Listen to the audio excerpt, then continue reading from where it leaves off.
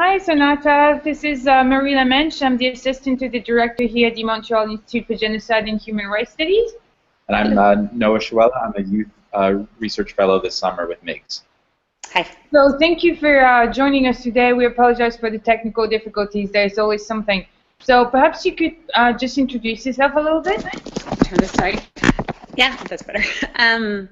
Okay, so I'm Sarnata Reynolds. I'm the Senior Advisor for Human Rights at Refugees International in Washington, D.C. At Refugees International, I work on displaced populations and stateless populations. And so the Rohingya, of course, are both. Do you want me to go a little bit into what I do in my work? Or? Do you want to ask a question first, or do you want to? I mean, I think we'll start with a question, and we'll see if it comes out, because I think that some of our questions are organized to sort of talk about that. Okay. So just very recently, as happened this morning, there was a special meeting on irregular migration in the Indian Ocean that was held in Bangkok. And in the meeting, the 5 countries that are really embroiled in this, so Bangladesh, Indonesia, Malaysia, Myanmar, and Thailand, said that they reaffirmed their full commitment to continue to provide proper humanitarian assistance.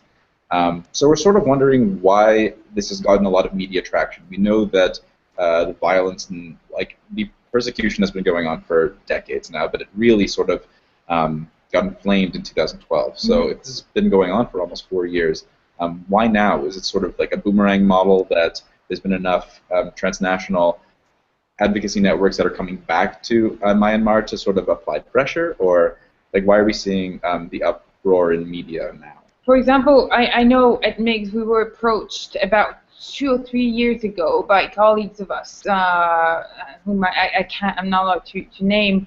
But so we've been focusing on the problem for a while. But why is this now? Why are we now focusing on the refugee crisis? So I think, it probably is some sort of a critical mass, but certainly, my sense is that what happened in the Mediterranean, obviously, with people, with refugees primarily, fleeing from Libya and other states, and being stuck in the water, brought attention to that issue. And then with the Rohingya, first it was the mass graves that were found, but then within a week of that, and really following right on what's happening in the Mediterranean, the boats at sea were, there started to become awareness about the boats at sea, which also weren't new. And it's such an awful and shocking story that it just seemed to take off. And I continue to be surprised. I'm very happy, but I'm surprised that it has gotten as much international attention as it has. And I hope it continues for much longer, because as the meeting today demonstrated, we're certainly no closer to any sort of remedy for the Rohingya. Because you've been dealing with the problem for a while as well, right? I saw that you sat on the commission last year, I think in 2014 in March.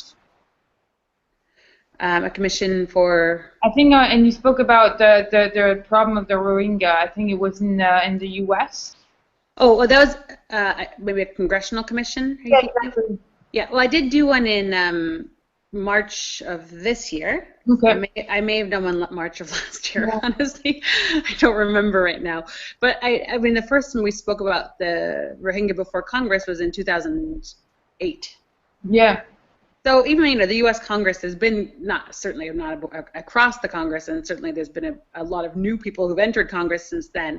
But it's an issue that's been around, that the State Department's been aware of, that the members of Congress have worked on for many, many years. Okay. Well before now. Perhaps you could tell our viewers, what does it mean to be stateless in this state-centric world? What kind of effect does it have on their everyday life, on their rights? Especially in Burma specifically, but also other cases. So first, just to be clear, someone who's stateless is a person who is not recognized as a national of any country. And there are a few constants that seems to create for stateless people, and then there are some differences in the different places. So stateless people, because they're not seen as members of the polity, they members of society. They often can't go to school. Kids can't go to school. They don't get birth certificates, so they don't have documentation of just having been born, their identity. Their marriages aren't recorded. Their deaths aren't recorded. So a person could go through their entire life and never have had anything recorded about who they are and what happened to them, the rites of passage that they went through. They don't have access to health care. Often housing is an issue. And then because they are stateless, it would suggest almost always that there's targeted persecution taking place. I mean, people don't become stateless almost ever by accident. I mean, it does happen, but it's very rare.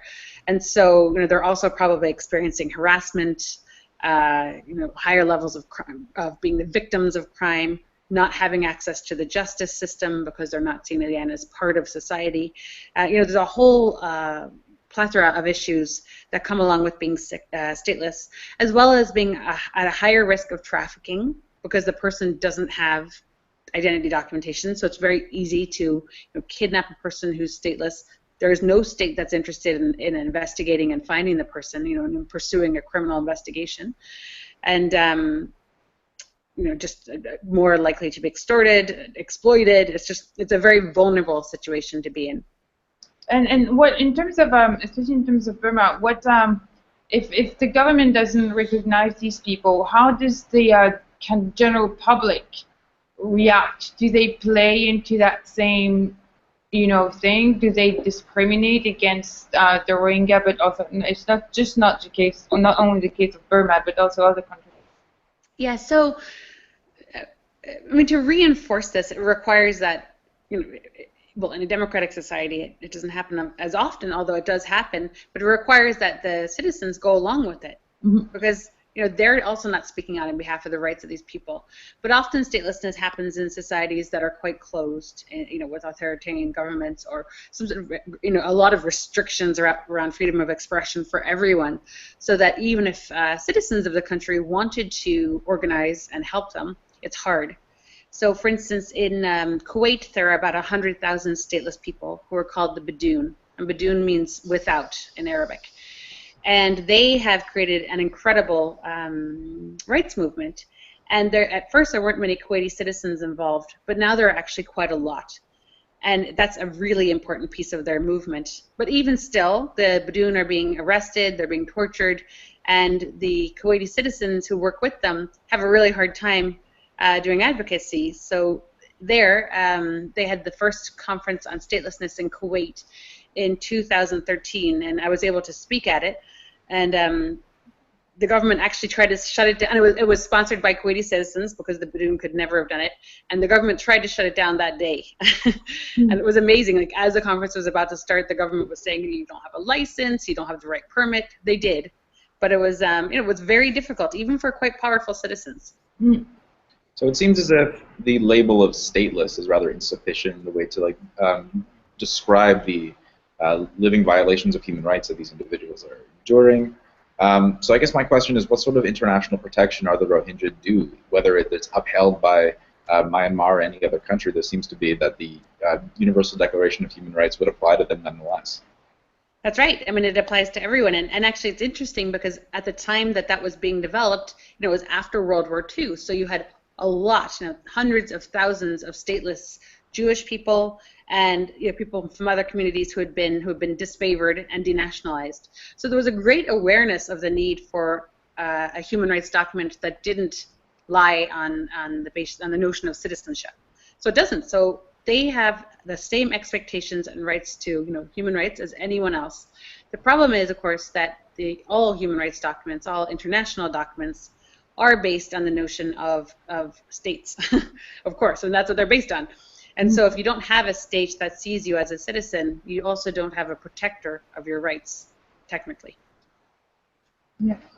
So I guess moving more regionally, Thai authorities have mentioned that they return migrant Rohingya to international waters in the effort to ensure domestic security. But to what extent is this sort of breaching the refoulement principle in international law that says that population cannot be returned to their captors, given that many of the Rohingya are then returned to human traffickers, which is a second aspect of the terrible human rights violations they're enduring? To what extent are they breaching international law? That is the Thai authorities.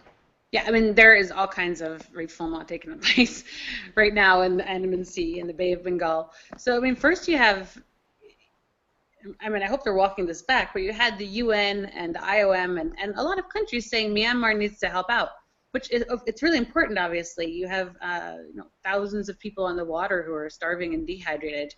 but a lot of them are fleeing Myanmar because it persecutes them. So there's a real question about whether it's appropriate at all to have Myanmar involved. So not only like you're not, I mean, it's an amazing situation. I haven't really seen a situation where the actual persecutor, it's not even refoulement because it's the persecutor. The other countries that push people back, of course, yeah, absolutely. This is, refoulement. This is people being pushed back into what are likely serious violations of their human rights. So every nation that's been doing that has an obligation not to, regardless of whether they're signatories to the Refugee Convention. And when they do push back, without first at least screening people for protection concerns, there's a very strong argument to say that they're committing refoulement. Okay. Yeah, that's sort of the conclusion that we came to as well. We wanted to get your professional opinion. The next question is a bit of a case study that I am personally interested in. It's about Sri Lanka. And in 1982, the Rohingya were, their citizenship was removed after the amendments that was done by the Constitution. I guess it wouldn't be a constitution back then. But so what happened is that the state Tamils were removed of their citizenship, and it sort of opened the floodgates for a lot of I guess, trampling of their human rights. To what extent do we see a similar situation, and is it possible that this could emerge into a civil war as it did once the pressures got too high, or the power disparities you think are way too different within the Rohingya who have been suffering from a lot of these violations for years?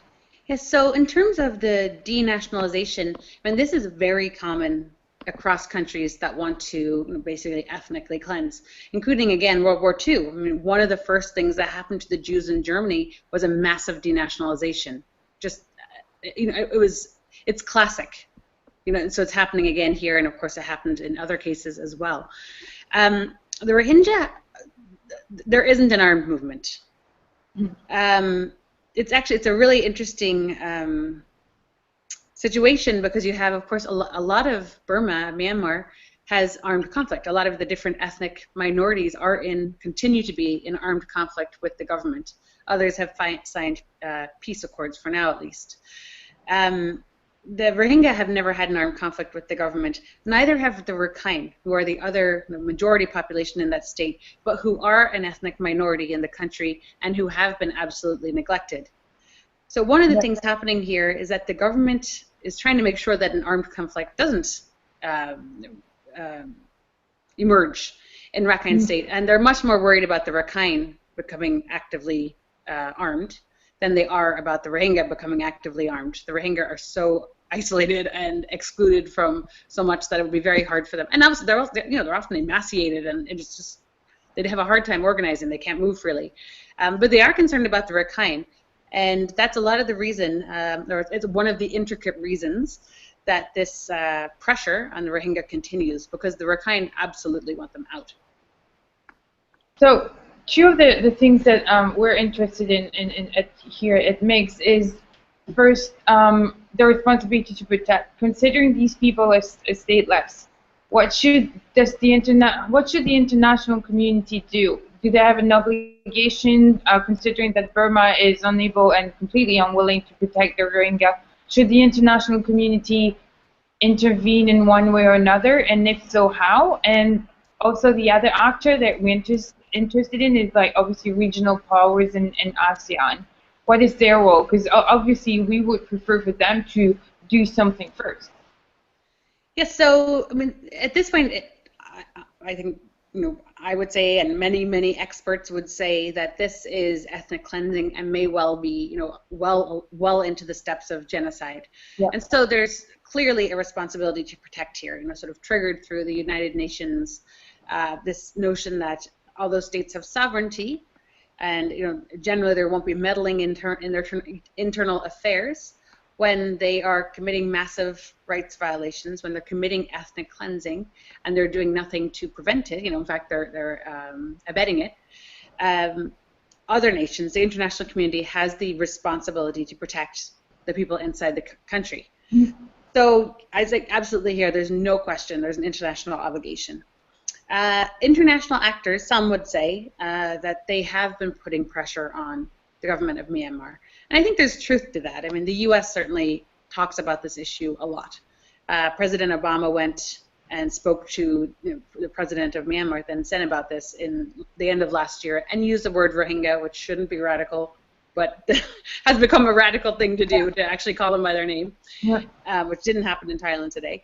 And other countries have spoken out about the Rohingya, but it seems very clear that the government of Myanmar, the president, has sort of, done the math and decided that the international community is more interested in getting their foot into Myanmar than they are at stopping the ethnic cleansing of the Rohingya. And so far that seems to be true, because there aren't any real sticks. There are carrots, but there's no real sticks to stop what's happening. And I mean, at this point it seems like that has to change, or the Rohingya will continue to be cleansed. Yeah, one of the thing I was wondering about, the fact that Myanmar is opening up. Do you think businesses who have perhaps an interest in Myanmar, can they do something, put pressure on perhaps saying we're not opening our markets, coming to Myanmar if you don't protect the Rohingya? There's some form of corporate responsibility here that we can focus on. Yeah, I mean, that's something that we're exploring, and quite a lot of organizations are exploring, because they do have a huge, important voice, no question, in Myanmar. Whether, again, it's how far are they willing to push it. Their primary interest, obviously, is not human rights. It's I mean, to be very crass, it's profits. I mean, they're businesses. And so I don't expect them to, to carry the mantle for the Rohingya, but hopefully, there's good people working inside of those companies as well, who see that this, an ethnic cleansing of a people while they're moving in is just a terrible thing to be doing, and that they need to put, really put some pressure on. And Rakhine State is actually a very resource-rich state, so there are businesses that want to get specifically into that state, and I think there will be a real effort. There has been, and will continue to be, a real effort to get those businesses on board. And I guess one of our last questions is something that I study, particularly in terms of ethnic conflict and that aspect of it. And given that Buddhism has played a very interesting role with the 969, taking a prominent move in this, to what extent do you think the Dalai Lama's condemnation of Aung San Suu Kyi to not actually take a stand on this will change at all the Rohingya situation? It's a good question. I think there's a lot of different opinions on this. I think first, obviously, this extremism is not representative of Buddhism globally. Not even representative of Buddhism necessarily in Myanmar. I mean, even Rakhine State, there were plenty of people who don't have extremist views against the Rohingya, but there's incredible pressure internally to exclude them. Some would say that the Dalai Lama is not someone who's viewed as a leader of the Buddhist community in Myanmar, therefore is not as powerful.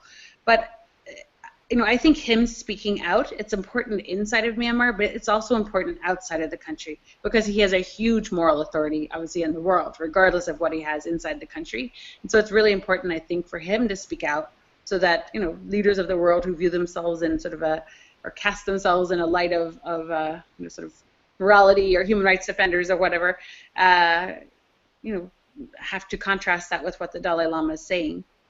There's also a movement right now, which will happen in Oslo, the Oslo conference this week, helped spur of Nobel laureates coming out and condemning what's happening in Myanmar.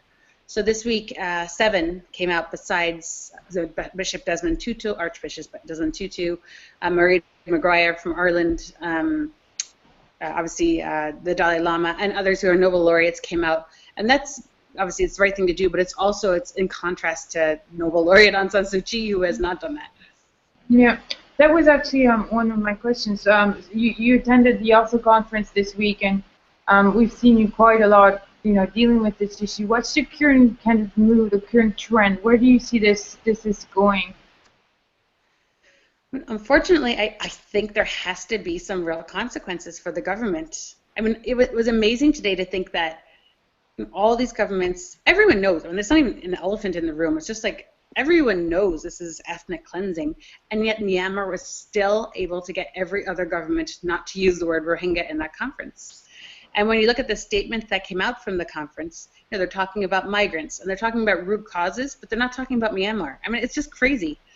So, until there's a decision to to create real consequences, and it's going to be hard for one government to do this by themselves because there probably will be consequences for the business interests of that government. I don't see why things would change. I mean, it's what the government wants. They want the Rohingya to leave. The Rohingya are leaving in droves, and that's great for them. So what would your kind of recommendations be for organizations here in North America or in Europe, or even ordinary citizens? Well, I mean, targeting Myanmar, obviously, sort of speaking out against the government is important, but since it seems quite clear that they're not going to make any changes unless they feel, like they absolutely have to, that they're compelled, other actors are important. So the UN right now, I think, is doing a terrible job in Myanmar. I mean, earlier in the week, some of the high-level officials inside the country, so the special envoy to Myanmar, who's out of the Secretary General's office and at the UN, out of Ban Ki-moon's office, he's the special envoy, and the resident or the regional coordinator were both in Myanmar this week to sort of learn more about what was happening. And after the meeting, they congratulated Myanmar for being part of this search and rescue, and they said that there have been improvements in Rakhine State. I mean, it was just unbelievable. And again, no mention whatsoever of what's actually happening there and how bad it is. So there's just so much pandering going on. And I mean, the UN also has a lot of different interests. They obviously have the UNHCR, who are working with the internally displaced, but they also have UNDP, which is UN Development, and that's the regional coordinator works for them. She doesn't work for UNHCR. She has different interests.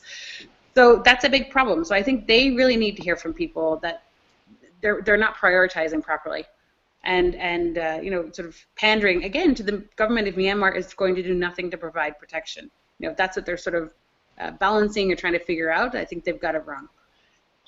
Obviously, other governments that are important: the U.S., the U.K., the EU, Norway. You working a little bit with congressmen in the U.S.? Mm-hmm. Okay. Yeah, a lot. So we work with the Congress and the White House and the administration quite closely. The Senate last year had a good resolution that came out in the last Congress, so they'll probably reintroduce, we hope. And the House side did just reintroduce another, we call it resolution on Myanmar, specifically for the Rohingya. So there's a lot of support in Congress, on both sides of the Congress. And the U.S. government side, the President Obama's administration, there are also a lot of the right people working in the right places there. I mean, there are people who have worked on this issue for years, who are at the head of some of the important agencies. They know this issue. They know what's going on.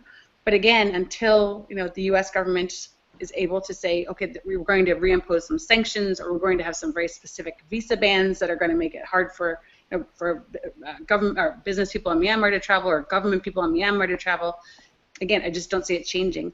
And they really need other governments like the UK and the EU to do this too. And the problem is that it doesn't seem like they want to do that.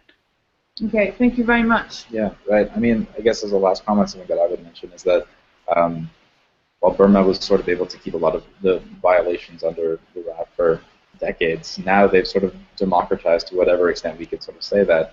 And Myanmar is no longer dealing in a world where we don't know what's happening. It's very clear that we do know what's happening, and there are actors like NGOs and businesses that need to take up their role in sort of showing that the world is watching and that we know what's happening. Yeah, absolutely. That's right. Thank you so much for joining us today, and we'll talk to you, Matthew Smith, next week from for the Far Rights, and perhaps see a little bit more about what's happening specifically in Thailand and Myanmar. So thank you very much. Thank you. Thank you. Bye.